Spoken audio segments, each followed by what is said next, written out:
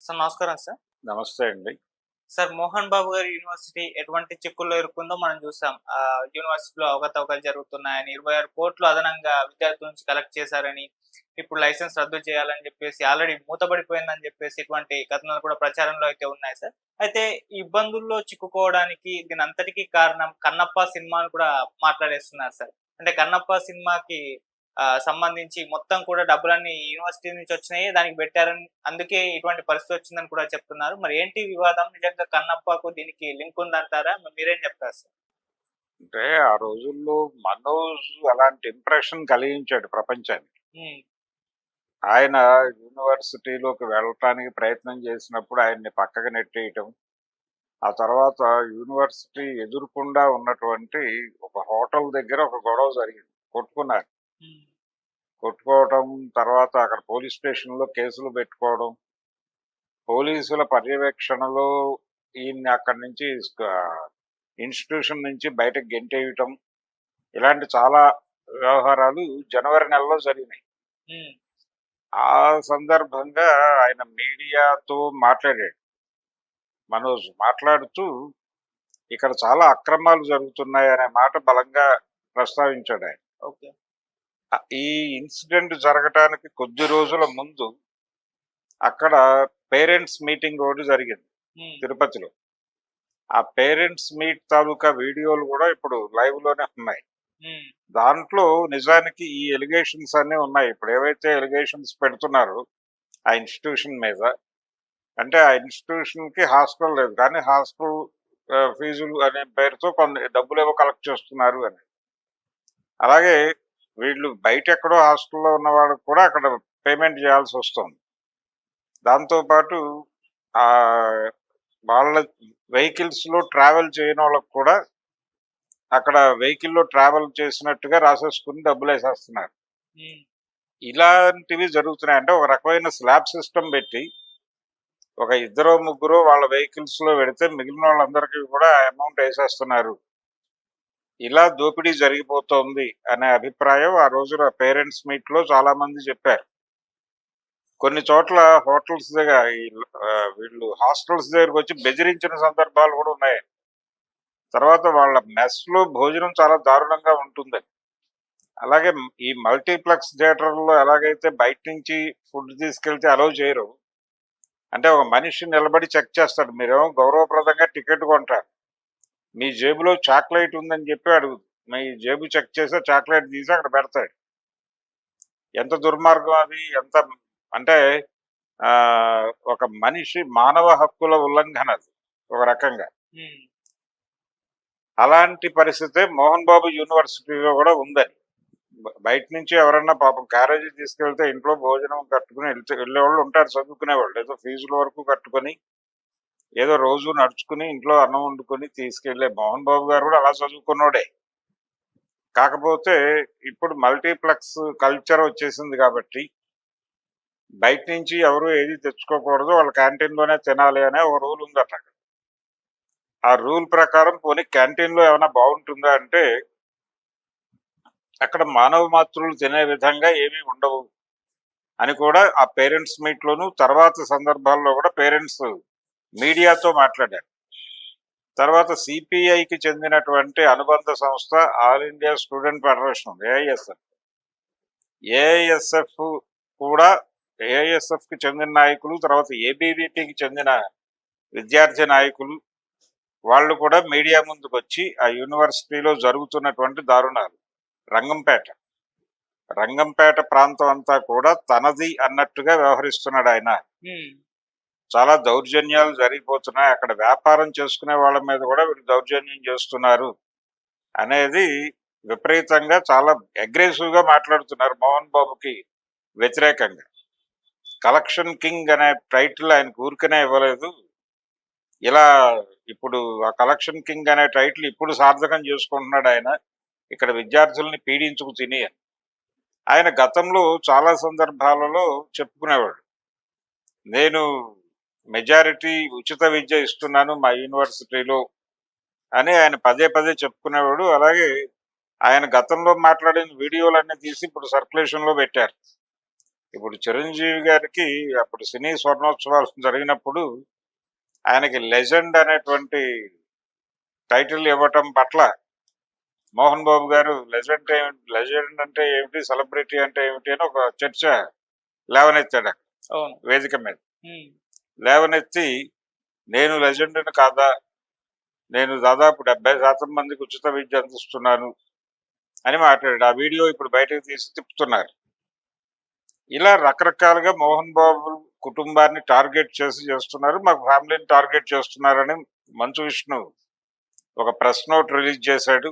ఉమ్, రెండోది ఉన్నత విద్యా కమిషను వాళ్ళు వేసినటువంటి ఎంక్వైరీ కమిటీ వాళ్ళు ఇచ్చినటువంటి నివేదికలు, వీటి తాలూకా వివరాలు, అలాగే కోర్టు నుంచి ఒక స్టే ఆర్డర్ తెచ్చుకున్నారండి. ఆ స్టే ఆర్డర్ కూడా ఇప్పుడు పబ్లిక్ డొమైన్ లో పెట్టమని కోర్టు నుంచి ఒక ఆదేశం తీసుకొచ్చారు.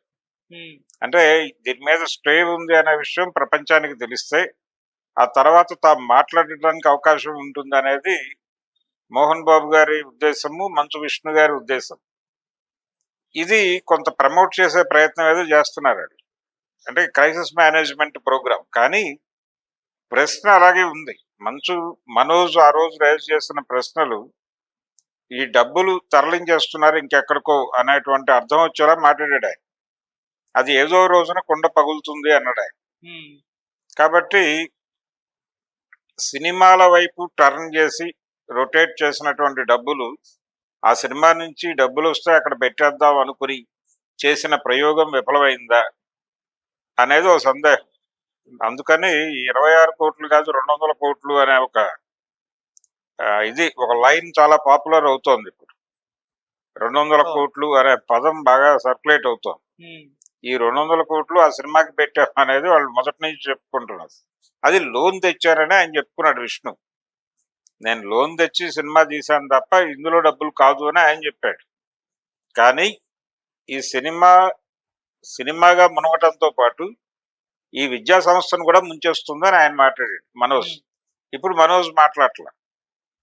రెండోది దీని వెనకాల రాజకీయ దురుద్దేశాలు ఉన్నాయి, లోకేష్ వాంటెడ్ గా కిల్ చేస్తున్నాడు దీన్ని అనేది ఓ ప్రచారం ఉంది. రెండోది తెలుగుదేశం పార్టీ కక్ష సాధిస్తోంది మోహన్ బాబు మీద అనే ఓ పొలిటికల్ యాంగిల్ తీసుకుని వైసీపీ వాళ్ళు మాట్లాడుతున్నారు. ఉమ్, నిజంగానే చంద్రబాబు వీళ్ళని టార్గెట్ చేశాడా? టార్గెట్ చేయటానికి ఏదో మోటో ఉండాలి కదా. ఆ రోజుల్లో ఆయన మీరు ఫీజు రియంబర్స్మెంట్ ప్రాపర్ గా చేయట్లేదని రోడ్ల మీద ధర్నాలు చేశాడు స్టూడెంట్లను వేసుకుని ఉమ్, మోహన్ బాబు. చంద్రబాబు నాయుడు 2014లో గెలిచి ముఖ్యమంత్రి అయిన తర్వాత ఆ సందర్భంగా చంద్రబాబు మీద తీవ్ర విమర్శలు చేస్తూ ఆయన వైఎస్ఆర్సీపీతో కలిసి ఎన్నికల ప్రచారంలో కూడా పాల్గొన్నాడు. 2019లో ఉమ్, పాల్గొన్నాడు. వైసీపీ గెలిచింది. ఆ ఫ్యామిలీతో, జగన్ ఫ్యామిలీతో మంచు విష్ణు ఫ్యామిలీకి ఒక రిలేషన్ ఉంది. మంచు విష్ణు వైఫ్ నుంచి ఒక రిలేషన్ ఉంది. కాబట్టి అది కూడా నా కుటుంబమే అని మోహన్ బాబు గారు చెప్పారు. అలాగే తరచూ ఆయన ఒక మాట అనేవాడు, అంటే ఈ క్యాస్ట్ ఇష్యూస్ పట్టుకొచ్చినప్పుడు నాకు ఈ కమ్మవారు అంటే చాలా చిరాకు, ఇలా మాట్లాడేవాడు ఆయన. ఇలా రకరకాల విన్యాసాలు ఉన్నాయి ఆయన లైఫ్ లో. ఉమ్, అయితే చంద్రబాబుకి ఆయనకి మధ్య రిలేషను చాలా పాతది, చాలా పాత రిలేషను.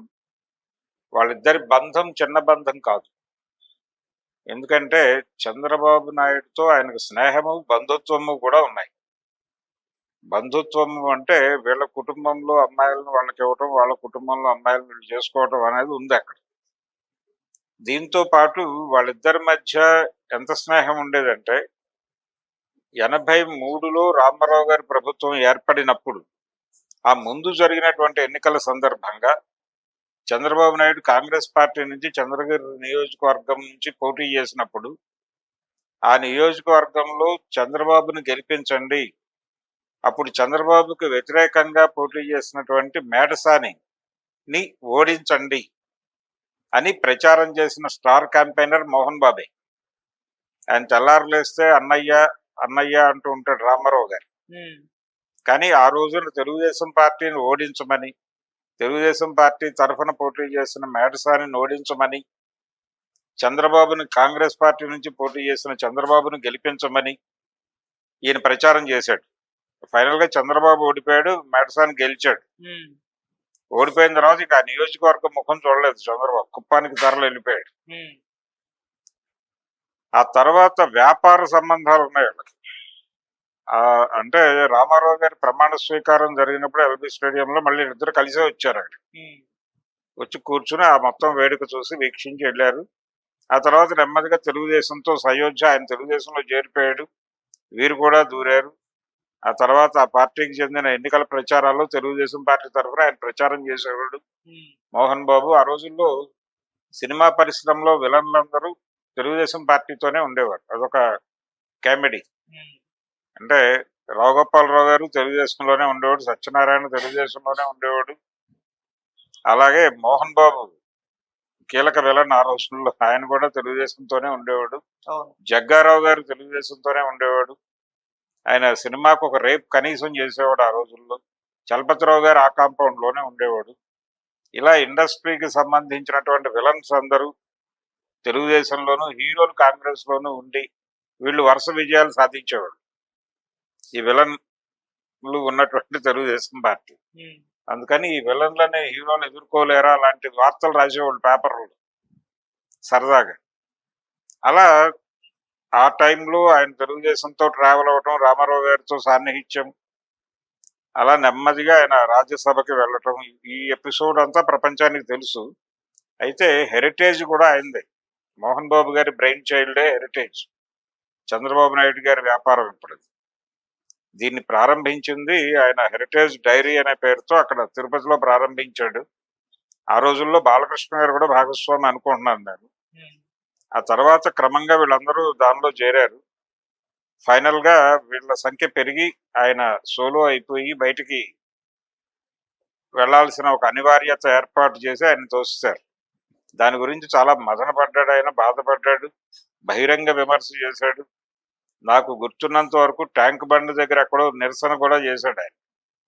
చేసిన సందర్భంగా మీడియా ఆయన ఏదో ప్రాంతీయ పార్టీ పెడతాడని కూడా ఆ రోజు ఏదో స్పెక్యులేషన్ నడిచింది, కానీ ఆ తర్వాత ఎప్పుడు ఆయన దాని గురించి పెద్దగా ప్రస్తావించలేదు. బహుశా ఏదో సెటిల్మెంట్ జరిగి ఉండొచ్చు, పాజిటివ్ గా ఏదో సెటిల్మెంట్ జరిగి ఉంటుంది. ఇంకా తర్వాత ఎప్పుడు ఆయన క్విక్ అయ్యి అన్నట్టుగా లేదు దాని గురించి, హెరిటేజ్ గురించి. ఉమ్, బరోడా బ్యాంకులో అకౌంట్ ఉండేది వాళ్ళది, సిగ్నటరీ పవర్ కూడా తీశారు రిజల్యూషన్ తో వాళ్ళు. దాంతో గాయపడి నిరసన చేశాడు ఆయన అప్పుడు. ఉమ్, ఇలా వాళ్ళకి వ్యాపార సంబంధాలు ఉన్నాయి. అయితే ఈ మధ్య కాలంలో ఈ గొడవలన్నీ ఉన్నాయి వాళ్ళకి. చంద్రబాబుతో గొడవలు ఉన్నాయి, బంధుత్వాలు ఉన్నాయి. నేను అనుకోవటం రామ్మూర్తి నాయుడు గారి వైఫ్ కి వీళ్ళు ఏదో అన్నగారు అవుతాడు ఈయన. ఉమ్, మోహన్ బాబు కజిన్ బ్రదర్ ఏదో సంథింగ్, ఆ రిలేషన్ ఏదో ఉంది వాళ్ళకి. అలా ఆ ఏరియా, ఒకే ఏరియాకి చెందిన వాళ్ళు ఇద్దరు, ఆ ఏరియాకి సంబంధించిన సంబంధ బాంధవ్యాలు ఉన్నాయి వాళ్ళకి. మరి నారా లోకేష్ చంద్రబాబు మోహన్ బాబుని నాశనం చేయడానికి ప్రయత్నం చేస్తారా అనేది డౌటే. ఉమ్, ఆ మధ్య కాలంలో వాళ్ళ ఇంట్లో జరిగినటువంటి ఒక పెళ్లి వేడుకకి చంద్రబాబు గారికి కార్డు ఇవ్వడానికి స్వయంగా మోహన్ బాబు గారు వెళ్ళి వాళ్ళిద్దరూ కలిసి ఫోటోలు దిగటం మనం చూసాం రీసెంట్ గా. ఏది, చంద్రబాబు గారు ఎన్నికల్లో గెలిచిన తర్వాత, మళ్ళీ ముఖ్యమంత్రి అయిన తర్వాత, ఆయన జైలు నుంచి వచ్చి గెలిచి ముఖ్యమంత్రి అయిన తర్వాతే మోహన్ బాబు గారు వెళ్ళి కలిశాడు. ఆ సందర్భంగా ఆయనతో పాటు విష్ణు కూడా ఉన్నాడు. ఆ తర్వాత ఈ ఎపిసోడ్ జరుగుతుండగా, అంటే మంచు మనోజ్ వర్సెస్ మంచు మోహన్ బాబు అండ్ మంచు విష్ణు వివాదం జరుగుతున్న సందర్భంలో కూడా మనోజ్ లొకేషన్ కలిశాడని ఒక స్పెక్యులేషన్, తర్వాత విష్ణు లొకేషన్ కలిశాడని ఒక స్పెక్యులేషన్ మీడియాలో నడిచినాయి. సో ఇలా సంబంధ బాంధవ్యాలు మెయింటైన్ చేయటం అనే ప్రోగ్రామ్ ఒకటి నడుస్తోంది. ఉమ్, కాంగ్రెస్ పార్టీ నుంచి కూడా బాగానే సేవలు పొందాడు ఆయన. అవి ఇప్పుడు శ్రీ విద్యానికేతనే ఇప్పుడు మోహన్ బాబు యూనివర్సిటీగా మారింది. అది శ్రీ విద్యానికేతన్ ప్రారంభానికి బ్యాంక్ లోన్స్, దానికి సంబంధించిన వ్యవహారం నడిపిన వాడు వెనకాల నుంచి సుబ్బరామరెడ్డి గారు, ఉమ్, తిక్కవరపు సుబ్బరామరెడ్డి గారి నేతృత్వంలో జరిగింది దాని బ్యాంక్ లోన్ వ్యవహారం. ఉమ్, అది రహస్యమేం కాదు, మోహన్ బాబు గారే ఆ రోజుల్లో బహిరంగ వేదిక మీద చెప్పుకున్నాడు ఆయన. జనాలకి గుర్తున్నాయో లేదో అనేది పక్కన పెట్టేస్తే ఇవన్నీ ఆయన బహిరంగంగా మాట్లాడినవి. కాబట్టి ఈ ప్రయాణం, ఈ సుదీర్ఘ ప్రయాణంలో, అంటే విద్యాదాతగా తన్ని తాను ఎస్టాబ్లిష్ చేసుకునే ప్రయత్నం చేశాడు. చాలా మంది జ్ఞానులనే అక్కడ పెట్టుకున్నాడు ఆ యూనివర్సిటీలో. ప్రభవ అనే పేరుతో స్వాతి అనే పత్రిక ఉంది. స్వాతి అనే పత్రిక, ప్రభవ అనే పత్రిక. ఉమ్, ఆ పత్రికల నిర్వాహకుడు ఎస్ఆర్ఆర్ కాలేజీలో కామర్స్ లెక్చరర్ గా ఉన్నటువంటి గోపాలరావు గారు ఆ కాలేజ్ అది శ్రీ విద్యా నికేతన్ గా ఉన్న రోజుల్లో దాని వ్యవహారాలన్నీ ఆయన చూసేవాడు. అలా చాలా అంటే తెలిసిన వాళ్ళని చాలా అంటే కొంచెం విద్యా వ్యవస్థ మీద అవగాహన ఉన్న వాళ్ళనే పెట్టి నడిపాడు ఆయన. కానీ తర్వాత క్రమంగా మోహన్ బాబు కంట్రోల్లో నుంచి అది టోటల్ గా విష్ణు కంట్రోల్లోకి వెళ్ళాక దాని షేప్ మారిపోయింది అనేది మనోజ్ ఆరోపణ. ఉమ్, దాని షేప్ మారిపోయింది. పైగా దాని బోర్డు మెంబర్స్ వాళ్ళ ఫ్యామిలీ మెంబర్స్ చాలా మంది ఉన్నారు. ఉమ్, వాళ్ళెవ్వరిని పట్టించుకోకుండా సొంత నిర్ణయాలు తీసుకుంటున్నాడు అని. ఈ ప్రాసెస్ లోనే ఈ 200 కోట్లు కన్నప్ప డబ్బులు అక్కడి నుంచి తెచ్చాడు అన్నాడు ఆయన. ఉమ్, ఆయనేమో బ్యాంక్ అంటాడు, ఈయనేమో కాలేజీ డబ్బులు అంటాడు, యూనివర్సిటీ డబ్బులు. ఇప్పుడు స్టూడెంట్స్ ఏం డిమాండ్ చేస్తున్నారంటే అక్కడ ఇందా చెప్పిన ఐఎస్ఎఫ్ ఏబీవీపీ విద్యార్థులు ఈ కాలేజీ గుర్తింపు రద్దు చేసేసి దీన్ని శ్రీ వెంకటేశ్వర యూనివర్సిటీలో కలిపేయాలనేది డిమాండ్. ఉమ్, ఆ డిమాండ్ మేరకు వాళ్ళు ఆందోళనలు చేస్తున్నారు. అక్కడ కోర్టులో స్టే ఇచ్చి ఉంది. రేపు ఏదైనా నెగిటివ్ ఇది వస్తే మోహన్ బాబు యూనివర్సిటీ రద్దయిపోయి ఇది వెంకటేశ్వర యూనివర్సిటీలో విలీనం చేయటం అనేది తీరుతుంది. ఇది అటానమస్ బాడీగా ఉంది. అవును. ఈ అటానమస్ బాడీ అనేది లేచిపోయి అది వెంకటేశ్వర యూనివర్సిటీకి అనుబంధ సంస్థగా మారుతుంది. ఓకే. అలాగే ఈ ఫీజులు వెనక్కి ఇవ్వాలి, 15 రోజుల్లో వెనక్కి ఇవ్వాలి అనే ఆదేశం అయితే ఉంది. స్టే వీళ్ళు కొంతకాలం డ్రాగ్ చేయగలుగుతారు కానీ ఉమ్, ఇవ్వక తప్పదు. ఇది ఇస్తే ఒకవేళ అక్రమం జరిగింది అని వాళ్ళే అంగీకరించినట్టు అవుతుంది. ఉమ్, అలా ఎటు వెళ్ళినా మోహన్ బాబుకి బ్యాడ్ జరిగేటువంటి అవకాశం అయితే ఉంది. ఉమ్, 26 కోట్లకే పరిమితం అయిపోతే అదే 200 కోట్ల గొడవ లేదు ఇక. కాబట్టి ఇది క్లియర్ చేసేసుకుని తొందరగా చేతులు కడిగేసుకుని సచ్చీలుగా మామూలుగా మాట్లాడుతూ లోకల్లోకి వచ్చేస్తే పర్లేదు. ఓకే. అలాగే విద్యార్థి సంఘాల వాళ్ళతో కూడా ఒకసారి మాట్లాడితే మంచిది ఆయన వినయంగా ఉమ్, మాట్లాడి ఒక అవగాహనకి అంటే అందరినీ కూర్చోబెట్టి మాట్లాడి పేరెంట్స్ కమిటీ ఉంది అక్కడ, వీళ్ళందరినీ కలిపి ఒక విస్తృత స్థాయి సమావేశం పెట్టి మా వైపు నుంచి జరిగిన తప్పులకి సారీ చెప్తున్నాం, భవిష్యత్తులో ఇలా జరగకుండా చూసుకుంటాం అని ఒక సంధి చేసుకోవడానికి అవకాశం ఉంది. ఉమ్, దానికి కూడా వాళ్ళు సానుకూలంగా ఉన్నట్టు కనిపించట్లేదు అనేది లోకల్ పీపుల్ గొడవ. ఉమ్, పైగా బౌన్సర్లతో భయపెడతారు వీళ్ళు అనేది ఇంకొక గొడవ. మనం చూసాం ఈ మధ్య వాళ్ళ జల్పల్లి ఆ, ఇది వాళ్ళ ఫామ్ హౌస్ దగ్గర ఉమ్, అందరికీ బౌన్సర్లే, ముగ్గురికి పర్సనల్ స్టాఫ్ అనే మాటలో ఆ పని మనిషి బయట మాట్లాడింది. మా ఇది వాళ్ళిద్దరికి గొడవ కాదండి, అన్నదమ్ములకి ఆయన పర్సనల్ స్టాఫ్ కి ఈయన పర్సనల్ స్టాఫ్ కి మధ్య గొడవ చెప్పింది ఆ అమ్మాయి. అంటే ఈ పర్సనల్ స్టాఫ్ మోహన్ బాబుకి ఒక బౌన్సర్లు, వీళ్ళకో బౌన్సర్లు, వాళ్ళకో బౌన్సర్లు, వీళ్ళందరూ కలిసి అక్కడ కొట్టుకుంటున్నారు అనేది బయటకు వచ్చిన ఎస్టాబ్లిష్మెంట్. ఉమ్, సో కుటుంబంగా ఉండి వ్యవహారంగా సెటిల్ చేసుకుంటే మోహన్ బాబు గారు దీనిలో నుంచి బయటపడతాడు. లేకపోతే ఇది రకరకాల అంటే తీగ ఆల్రెడీ లాగుతున్నారు కాబట్టి అనేక డొంకలు కదిలే ప్రమాదం అయితే ఉంది. Okay sir. Thank you so much sir.